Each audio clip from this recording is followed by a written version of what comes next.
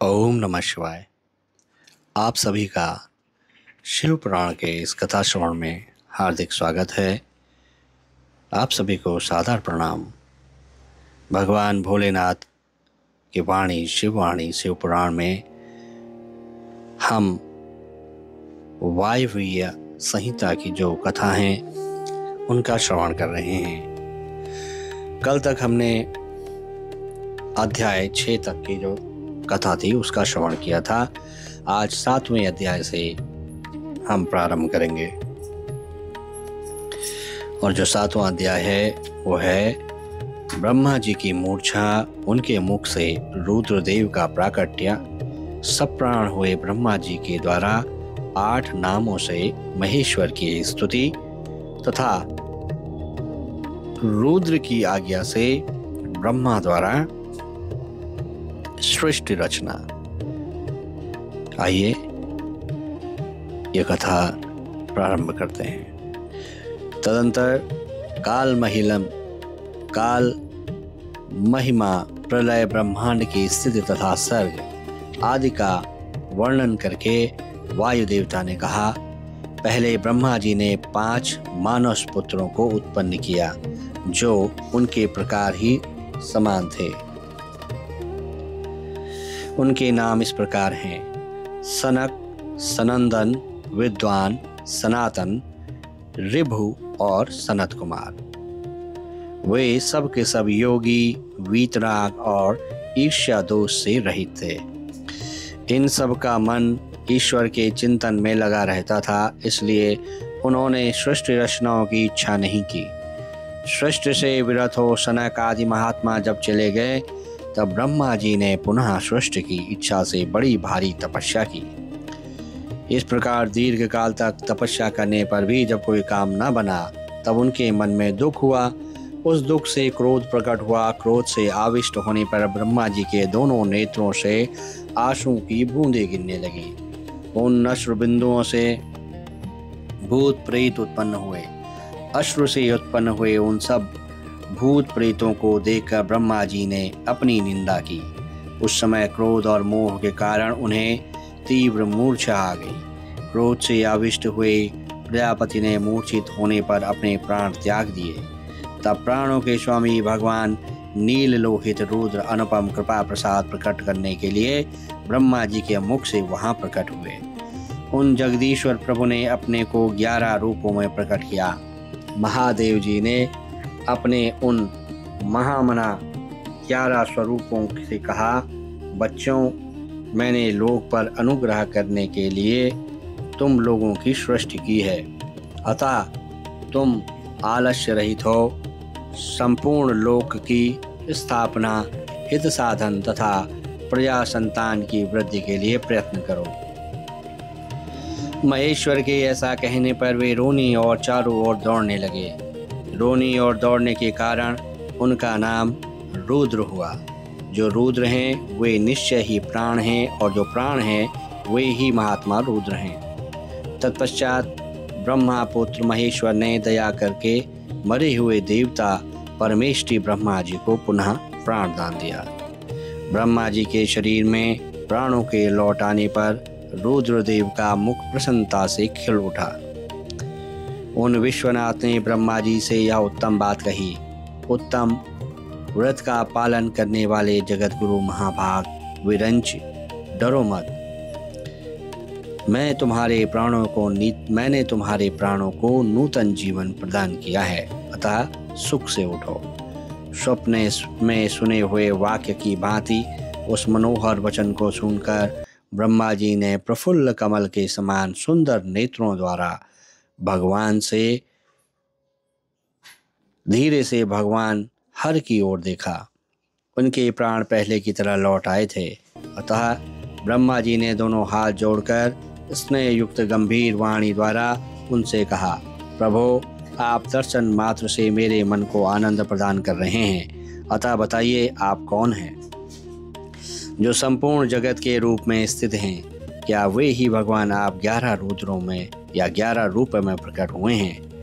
उनकी यह सब बात सुनकर देवताओं के स्वामी महेश्वर अपने परम सुखदायक कर कमलों द्वारा ब्रह्मा जी का स्पर्श करते हुए बोले, देव तुम्हें ज्ञात होना चाहिए कि मैं परमात्मा हूँ और इस समय तुम्हारा पुत्र होकर प्रकट हुआ हूँ।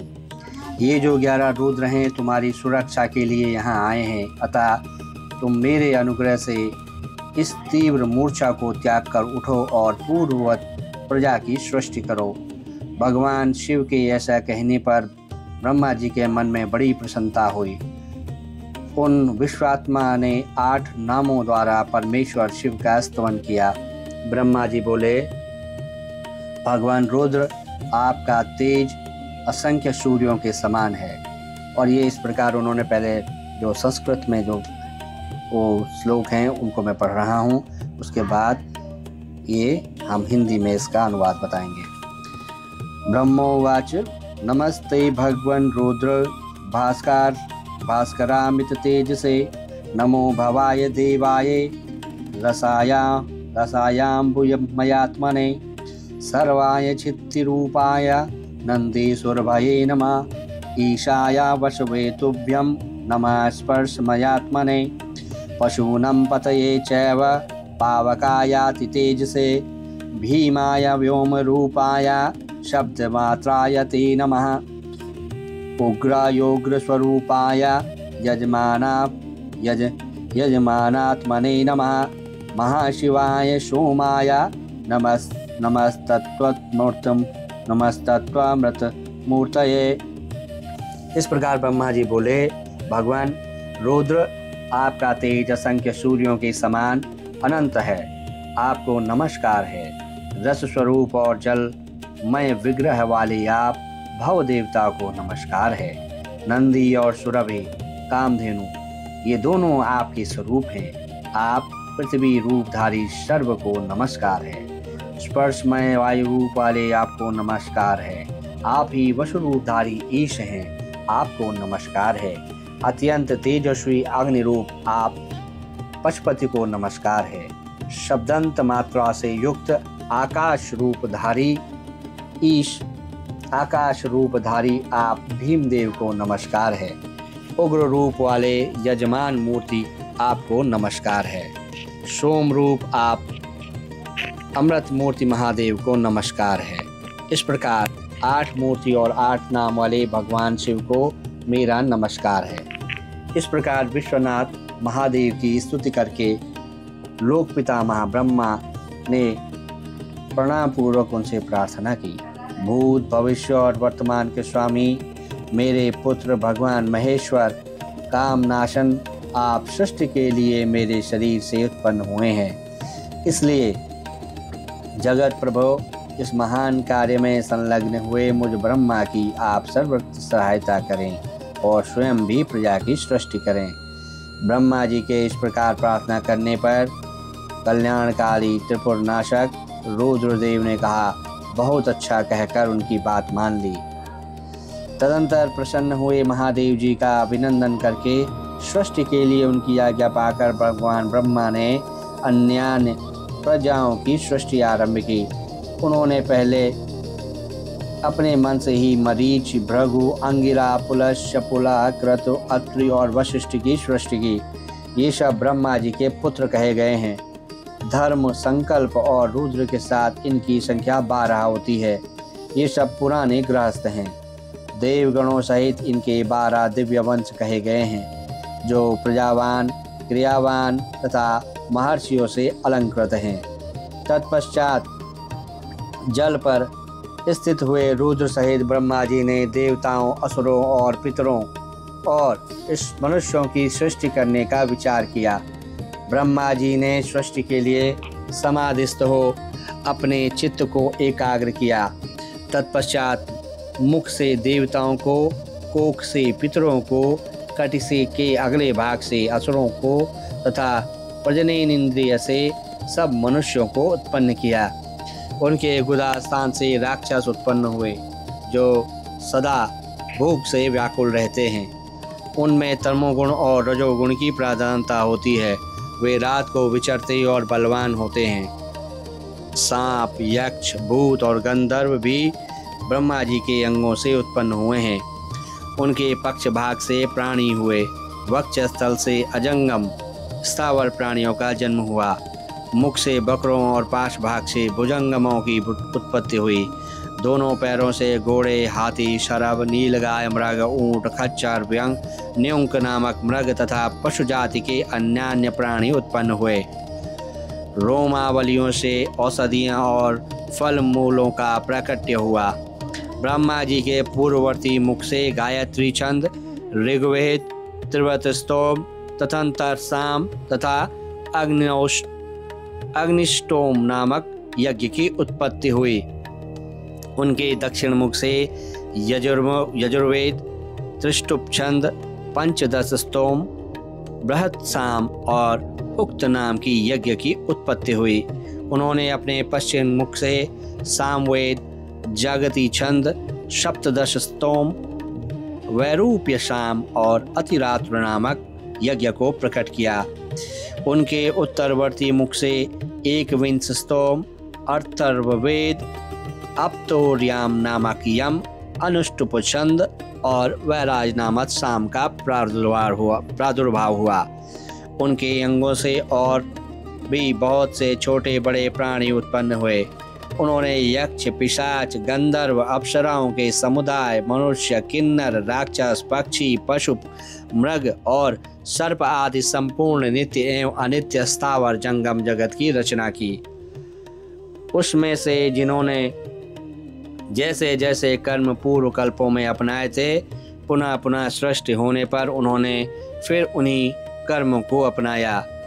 उस समय वे अपनी पूर्व भावना से भावित होकर हिंसा, अहिंसा से युक्त, मृदु, कठोर, धर्म, अधर्म तथा सत्य और मिथ्या कर्म को अपनाते हैं, क्योंकि पहले की वासना के अनुकूल कर्म ही उन्हें अच्छे लगते हैं। इस प्रकार विधाता ने ही स्वयं इंद्रियों के विषय, भूत और शरीर आदि में विभिन्नता एवं व्यवहार की सृष्टि की है। उन पितामह ने कल्प के आरंभ में देवता आदि प्राणियों के नाम, रूप तथा कार्य विस्तार को वेदोक्त वर्णन के अनुसार ही निश्चित किया। ऋषियों के नाम तथा जीविका साधक कर्म भी उन्होंने वेदों के अनुसार ही निर्दिष्ट किए। अपनी रात व्यतीत होने पर अजन्मा ब्रह्मा ने स्वरचित प्राणियों को वे ही नाम और कर्म दिए जो पूर्व कल्प में उन्हें प्राप्त थे। जिस प्रकार भिन्न भिन्न ऋतुओं के पुनः पुनः आने पर उनके चिन्ह और नाम रूप आदि पूर्ववत रहते हैं, उसी प्रकार युगादि काल में भी उनके पूर्व भाव ही दृष्टिगोचर होते हैं। इस प्रकार स्वयंभू ब्रह्मा जी की लोक सृष्टि उन्हीं के विभिन्न अंगों से प्रकट हुई। महत्व से लेकर विशेष पर्यंत सब कुछ प्रकृति का विकार है।